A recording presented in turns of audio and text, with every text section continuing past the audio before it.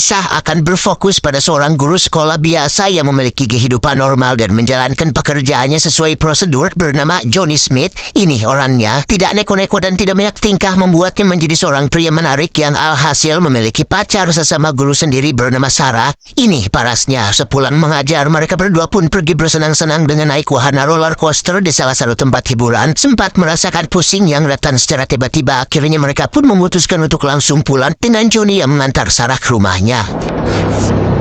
What's wrong? I don't know. Drive carefully. I will. Sesuatu yang tak terduga terjadi ketika seorang supir truk mengalami kantuk saat menyetir sehingga membuat mobilnya oleng dan tangkinya terlepas, yang akibat hujan turun cukup lebat membuat Johnny tidak bisa melihat jalan dengan jelas, yang pada akhirnya membuat dia mengalami kecelakaan yang sangat fatal.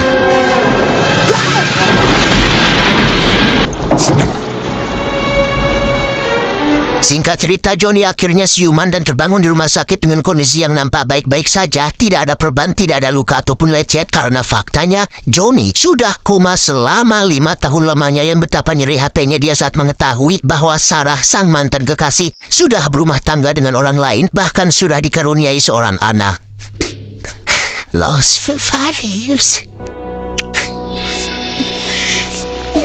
Karena masih dalam fase pemulihan, Johnny pun masih harus dirawat di tempat tersebut, yang di situ ada seorang suster yang rutin merawatnya dan mengelap keringat di tubuhnya. Tapi tiba-tiba,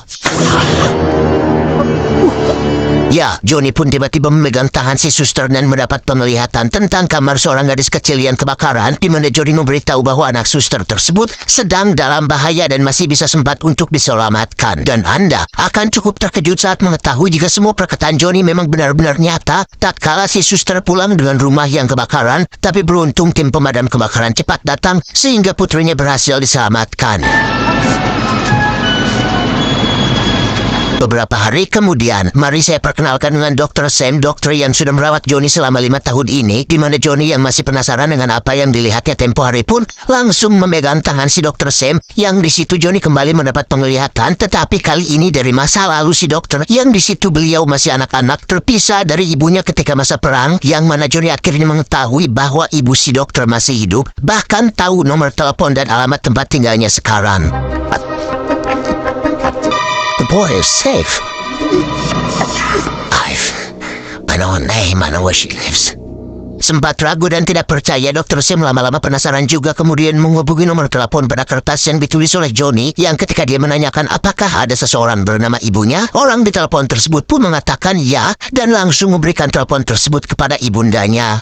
Hello, who is it, please? Did you talk to her? Keesokan harinya muncullah Sarah, sang mantan yang kini sudah bersuami. Dengan rambut pendek hitamnya, Sarah ternyata tidak banyak berubah, masih cantik seperti 5 tahun yang lalu, di mana perasaan Johnny ke Sarah sama sekali belum berubah karena baginya kecelakaan tersebut baru beberapa hari yang lalu, yang wajar saja jika Johnny masih bisa mengingat semua kenangan mereka berdua ketika masih pacaran. But feelings haven't changed yet. Johnny kembali ke Dr. Sam, yang akhirnya mengakui jika Johnny sekarang memiliki semacam kekuatan psikis, semacam penerawangan yang kemungkinan besar muncul akibat benturan hebat di kepalanya. Johnny ingin melakukan jumpa pers berharap bisa mengetahui apa penyebab dan bagaimana solusinya, apalagi kecelakaan yang dialaminya sempat viral di media, sehingga dengan kesembuhannya sekarang pasti tidak sulit untuk membuat pers tertarik dengannya. It's already in motion. Just wanna stop it. Beberapa hari kemudian, jumpa pers pun akhirnya terlaksana, di mana Johnny langsung terpoin menjelaskan bahwa dirinya sedang mengalami kondisi yang unik yang membuat dirinya bisa melihat kehidupan seseorang, entah itu masa lalu, masa depan, atau yang sedang terjadi. Yang alasan Johnny memberitahukan hal itu adalah untuk meminta tolong kepada semua orang yang menonton, apabila ada di antara mereka yang bisa menjelaskan atau mencari solusi atas kondisi yang dialaminya tersebut. Little girl, I understand she's fine. Satu jurnalis pun sempat ragu dan tidak percaya dengan apa yang dikatakan si Johnny. Lantas dia pun mencoba untuk membuktikannya sendiri dengan membiarkan Johnny melihat masa lalunya, di mana si jurnalis akhirnya risih sendiri ketika Johnny mendapati kenangan buruk si jurnalis yang mengalami trauma akibat kematian adiknya yang disebabkan oleh bunuh diri.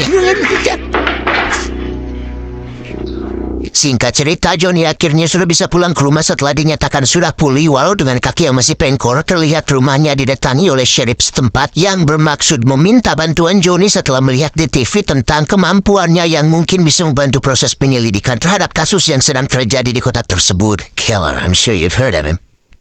Sure. Sudah beberapa bulan masyarakat kota ini diresahkan oleh seorang psikopat yang telah membunuh beberapa wanita muda secara mengerikan, dan polisi kesulitan untuk menemukan petunjuk tentang si pelaku. Yang inti daripada kedatangan sheriff adalah untuk meminta tolong Johnny menggunakan kemampuannya agar kasus ini bisa cepat selesai. I've exhausted a conventional method of approach to this situation. Johnny ditemani sheriff dan satu anak buah pun mendatangi sebuah terowongan tempat kejadian perkara. Johnny diberikan barang bukti berupa bungkus rokok milik si pelaku, namun karena kekuatannya hanya bekerja ketika menyentuh tangan manusia, Johnny pun belum bisa melihat apapun pada saat itu. Tak lama sheriff pun mendapat laporan tentang penemuan seorang wanita muda yang menjadi korban baru si pelaku, di mana mereka segera meluncur ke sana untuk melihat langsung tempat kejadian perkaranya. Dengan jasad korban yang masih utuh, inilah saatnya Johnny bisa menyentuh tangannya yang di situ dia seolah berada di waktu ketika pembunuhan terjadi, yang ternyata pelaku pembunuhan tersebut adalah anak buah si sheriff sendiri yang tadi sempat ikut ke terowongan.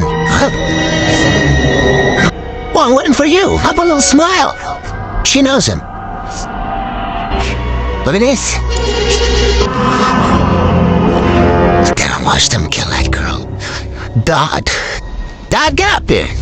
He just took off in the car, sir. Karena si pelaku langsung pergi, sheriff dan Johnny pun segera menyusul ke rumahnya yang di situ si pelaku hanya tinggal berdua saja bersama sang bunda. Sadar bahwa dirinya akan dihukum untuk waktu yang sangat lama, si pelaku pun akhirnya nekat untuk bunuh diri dengan cara menusukkan gunting tepat ke dalam mulut dan kepalanya. Come on in.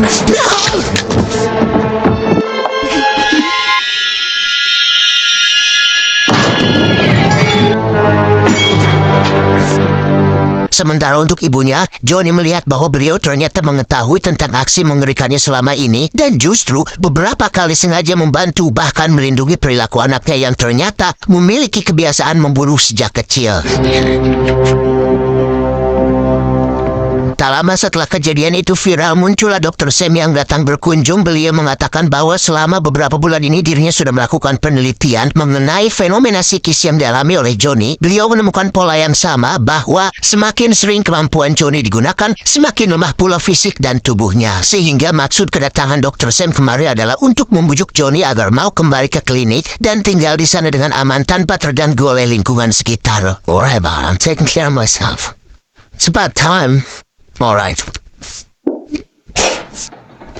Johnny pun menunjukkan tumpukan surat yang dikirim oleh orang-orang yang meminta tolong kepadanya, yang mana Johnny juga sebenarnya enggan menggunakan kekuatan tersebut jika tidak benar-benar terdesak dan masalahnya sangat berat seperti kasus si pembunuhan psikopat yang tadi itu, sehingga Johnny memilih untuk tetap tinggal di rumahnya karena hanya disitulah dia selalu merasa aman.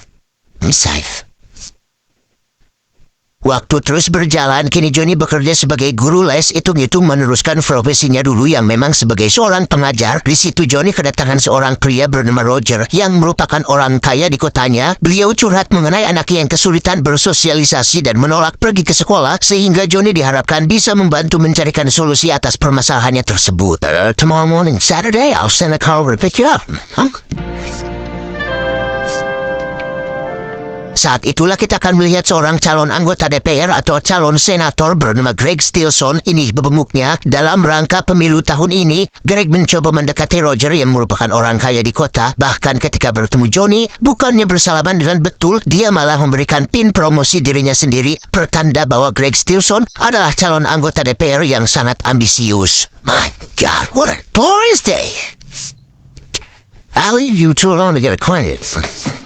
Dan inilah Chris, anaknya Roger yang kulon dan malas berbicara dengan siapapun, tetapi dengan pengalaman mengajar Johnny bertahun-tahun lalu, dia pun bisa dengan mudah melakukan pendekatan yang akhirnya membuat Chris mau berbicara tentang keluh kesahnya. Really taken to you, John. I'm impressed. There's a lot of progress, Fun. Suatu hari ketika Johnny sedang mengajari Chris, muncullah seorang pria yang merupakan caleg pendukung Greg Stilson yang mencoba untuk meminta dukungan dari warga setempat. Ternyata caleg itu adalah suami dari Sarah sang mantan, sehingga momen tersebut membuat Johnny tidak bisa menahan cai socanya, yang akhirnya dia ngaguk-guk tidak walakaya.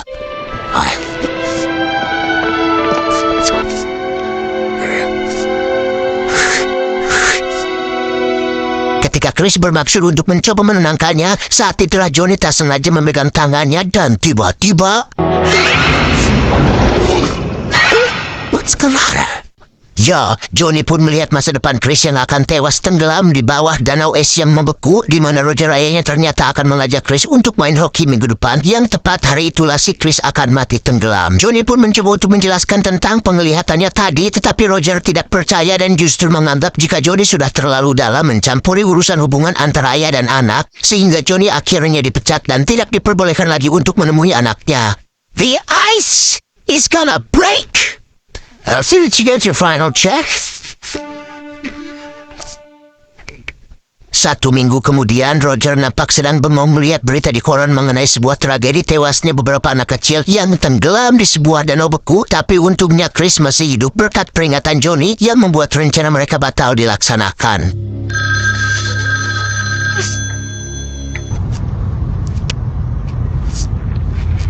Hari ini adalah tepat hari kampanye Greg Stilson yang diadakan di sekitar kompleknya. Johnny iseng menghadiri kampanye tersebut dan dengan sengaja bersalaman dengan Greg untuk melihat apa yang terjadi dengan masa depannya.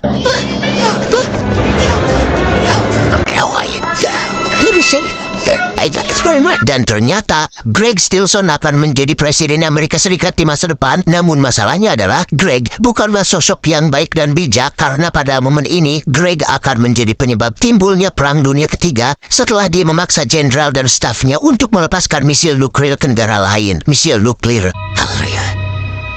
Haleluya. May God forgive me.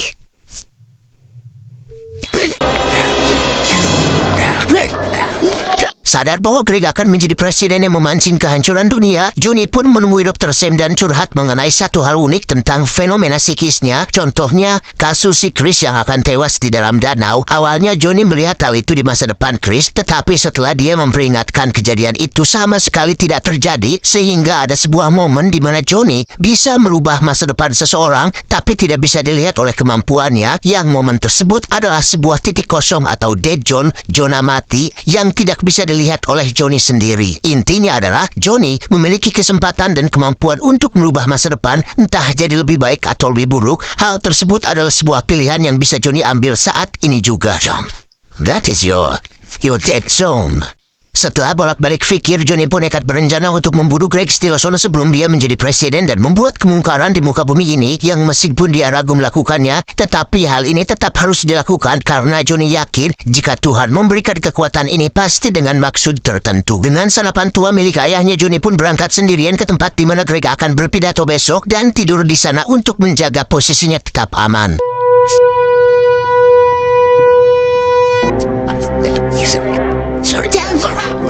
Singkat cerita, esok hari pun tiba. Gedung pun sudah dipenuhi oleh para pendukung Greg yang menunggunya berpidato tentang janji-janji politiknya, yang ketika saatnya tiba, Johnny pun langsung mengangkat senapannya dan...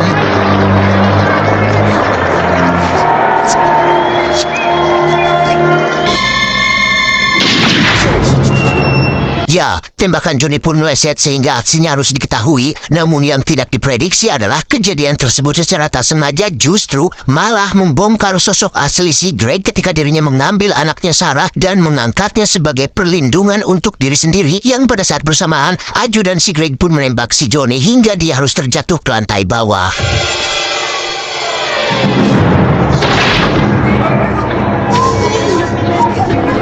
Greg pun langsung menghampiri Johnny untuk menanyainya karena menganggap jika ada orang lain yang telah mengirimnya. Di mana saat mereka berdua bersentuhan, di situ Johnny melihat masa depan Greg yang telah berubah dengan citra yang sangat buruk di publik gara-gara foto saat dirinya mengangkat anak Sarah demi melindungi diri sendiri, yang akibat gagal jadi senat, Greg akhirnya mengalami depresi berat dan memutuskan untuk bunuh diri.